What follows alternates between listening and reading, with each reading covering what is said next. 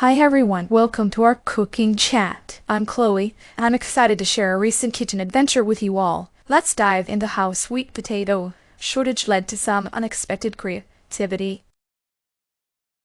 So I was preparing for a cozy autumn dinner party and had planned to make a sweet potato and black bean chili. Sweet potatoes add a lovely sweetness and a creamy texture to the chili, making it a favorite during the cooler months.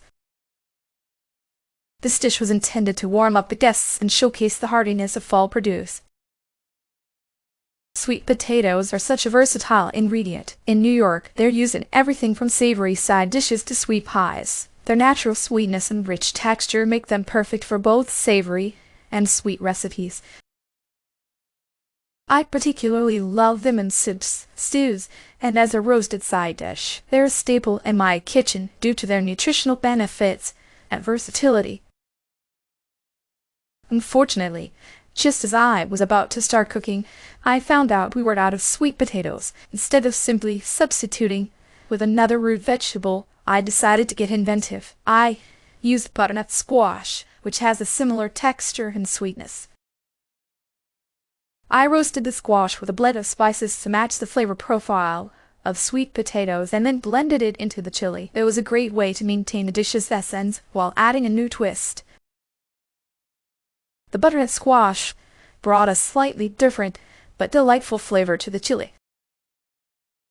Chloe, that sounds like such a smart workaround. Butternut squash is a great choice. I'm curious, did the texture of the butternut squash compare well with the sweet potato and the chili?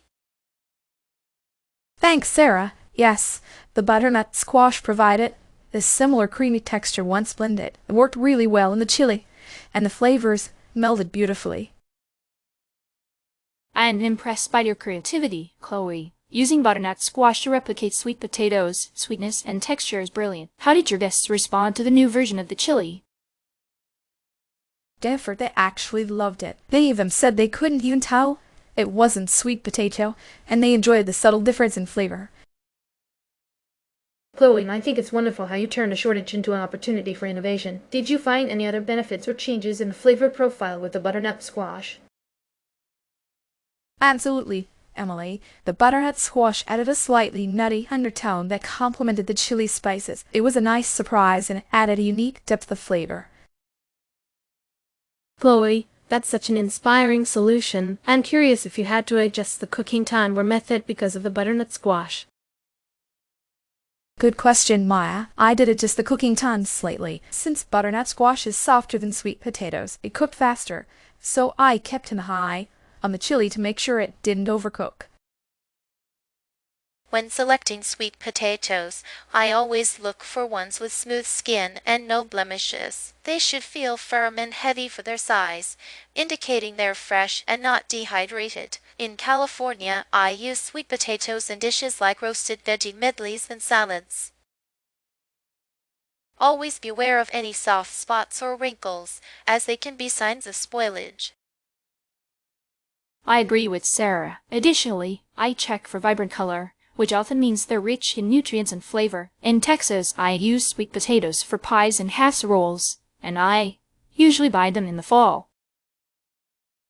Overly dark spots can indicate overripeness or decay. Great points. I also look for sweet potatoes with a uniform shape, which ensures even cooking. In Washington, I use them in baked goods and soups. Be cautious of any sprouts or wrinkled skin, as they can affect the taste and texture.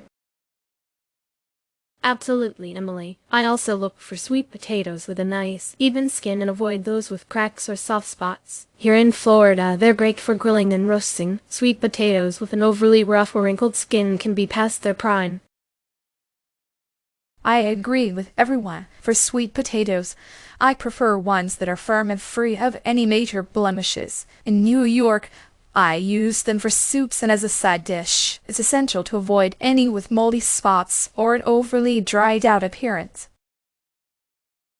If sweet potatoes aren't available, I might use yams for acorn squash. Yams are a bit starchier, but can mimic the texture of sweet potatoes in some dishes. Acorn squash has a similar sweetness and works well in soups and roasts.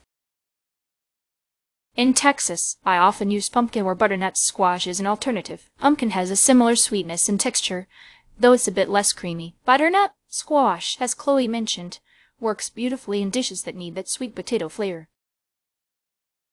For Washington, I might use parsnips or carrots. Parsnips have a sweet, earthy flavor that can work well in soups, though they're less creamy than sweet potatoes. Carrots can also add sweetness but lack the same texture. In Florida, I would consider using plantains. They have a sweet flavor and can be used in a variety of dishes. However, they don't have the same creaminess as sweet potatoes. Plantains bring a unique taste but differ in texture and sweetness. Thanks so much, everyone. We've covered a lot today. Sarah discussed the importance of firmness and smooth skin. Jennifer emphasized vibrant color and avoiding dark spots. Emily pointed out the need for a uniform shape and avoiding sprouting. Maya talked about avoiding cracks and soft spots. I really appreciate all your insights and the alternative suggestions. That's it for today's episode. Thanks for joining us at exploring sweet potatoes and their alternatives. Keep being creative in the kitchen and making the most of your ingredients. Until next time, happy cooking!